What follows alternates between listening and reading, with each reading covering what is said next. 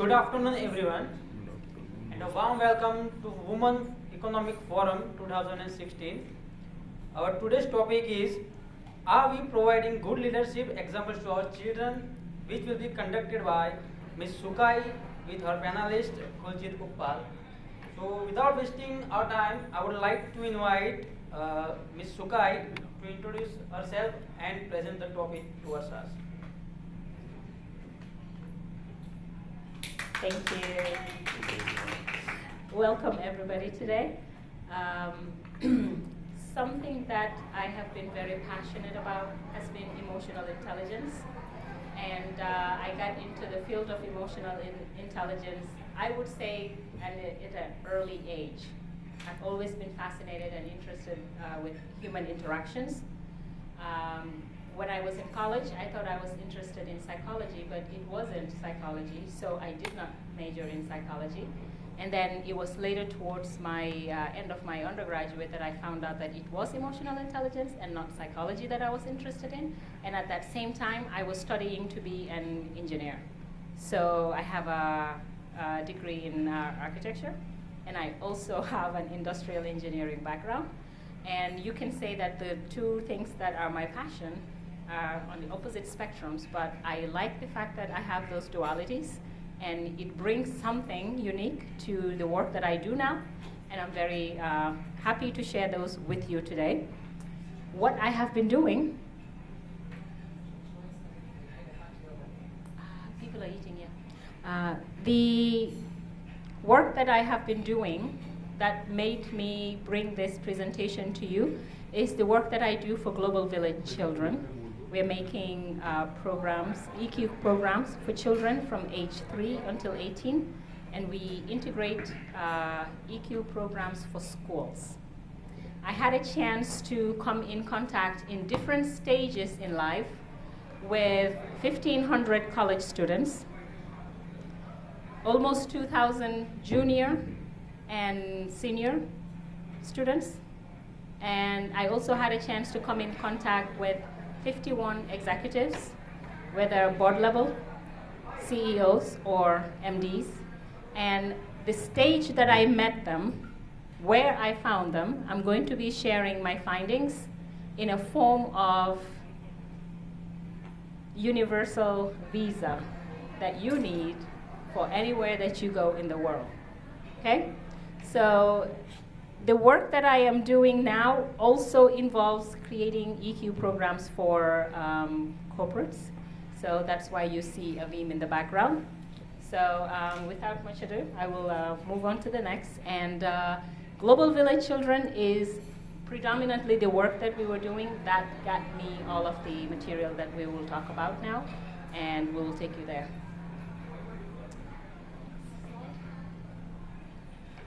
Many times people hear emotional intelligence, and almost everybody recently have heard about emotional intelligence because of Daniel Goleman's book, Emotional Intelligence. What I would like to tell you about emotional intelligence in short is you are turning on your limbic system. The deeper version of emotional intelligence is getting harnessed of the data, emotional data, the feelings that you have, knowing when you have them, being aware of them, and then taking it and then saying, I want to do something with this. And that something is part of your value, it's part of your purpose. So if you're upset that you saw somebody kick another person, you may or may not know this person, that feeling of anger, that feeling of, oh my God, that must hurt because I saw the pressure in which they kicked this person. If that irks you enough for you to get up and do something about it, either call a police officer, tell the person to stop, help the person that was hurt, you have, in a short time, taken the emotional data that you have, know exactly what you want to do with it, and then take an action that is meaningful as part of the way you live. Emotional intelligence is not about knowing how somebody behaves and then you manipulate that behavior. that just means that you're manipulative. It doesn't mean that this is emotional intelligence. A lot of people are afraid that if they share their feelings with someone, then this person is going to use it against them. It also means that somebody has information and ammunition that they use against you. This is not emotional intelligence, like the negative version of emotional intelligence. It just means that when you give money to someone, if I give you $100, I give you $100, and I give you $100, you might go buy shoes with it. You might go take it and buy food and give it to the people in the homeless shelter. You might take it and just put it down for a rainy day. No one of them is bad. It just means that in the moment in your life, this is what matters to you most, and you put that money there. Okay? So the emotional intelligent person is the person who has self-mastery. They understand themselves, they understand their feelings, they know what moves them. And then when they know the value of their purpose in life, and then they make decisions that matter to them in a very positive way, so that at the end of the day, regardless if the decision was painful or difficult, they know that they did it because it was the right thing to do. And then they are at peace with themselves. Okay? And it's not the person who controls another person, it just means, like I said earlier, it's a controlling person. So you can make use of emotional intelligence, but I will show you a picture. I think I'm going to have to click this myself. There we go. Oh, he's back. So I wanted to show you this, and pardon the formatting a little bit. I was taking it from Apple here. Everything was done, but I guess another computer shifted something a little bit. This is the picture of a healthy human being. And this picture of a healthy human being, has nothing to do with the religion of the person. It has nothing to do with the color of the person. It has nothing to do with what country they come from, whether they're male or female.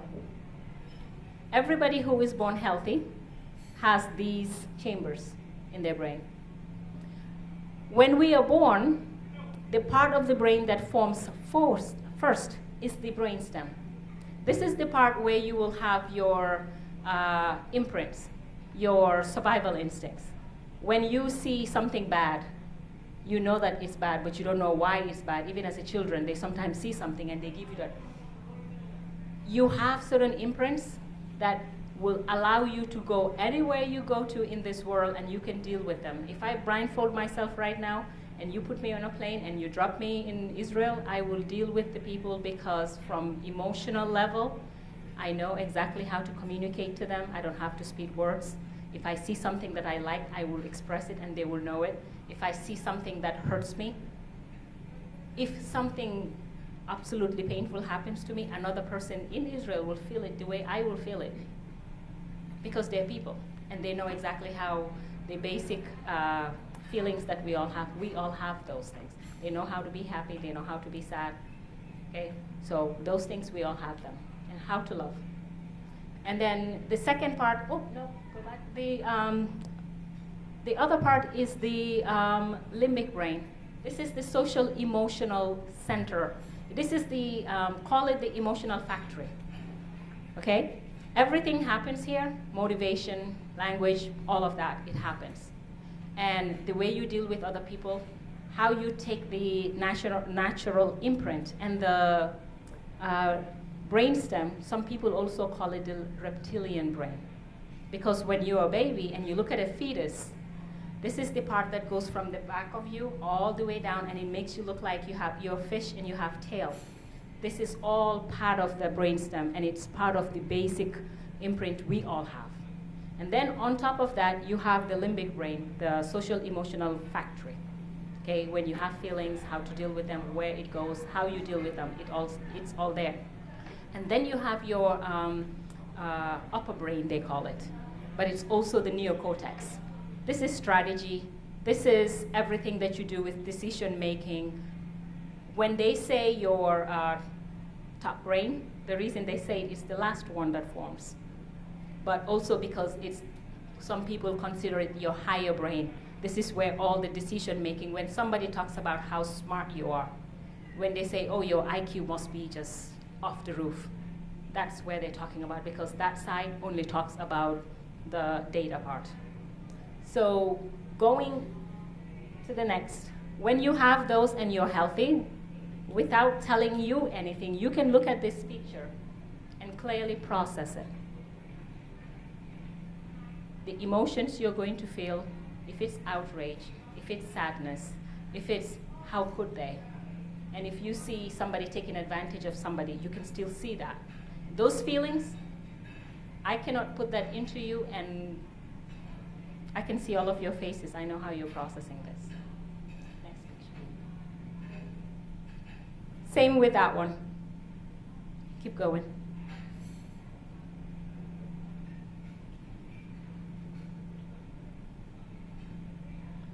So, before I go into the study that I did, I want to share with you all this question. I want you to read it. We will answer this at the end of my presentation. Okay? And the visual picture I want to give you, imagine the UN General Assembly. You have people from every country. You have some of the most smartest people, most powerful people, influential and wealthy people. And you can find them in the UN General Assembly. Or you can think about a House of Representatives from your country. That's the mental picture I want to have you, because to get those jobs, you've got to be pretty up there, brain-wise. Okay, next. So I met different people in the different stages in their lives, and I want to share with them, with you all, some of the findings during this time. The executives that I met, the college students that I met, and the junior students in elementary and high schools that I met.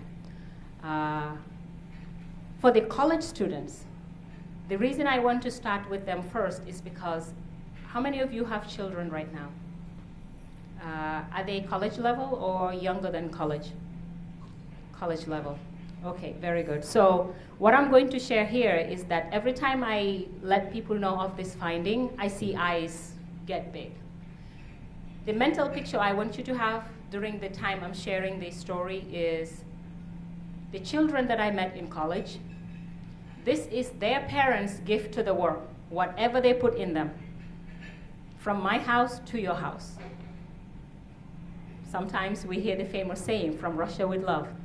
And now I want to tell you, when you send your child off to college, you're sending them off with something about you, something you have instilled in them. The students that I met in college, I was a graduate assistant responsible for 500 students at a time. In my second year, I was responsible for double because there was a person who did not continue on as a graduate assistant, and my boss told me that my success rate of turning around the probationary students was so good, so maybe you can take on more students. I did not do anything different from what my parents did for me than what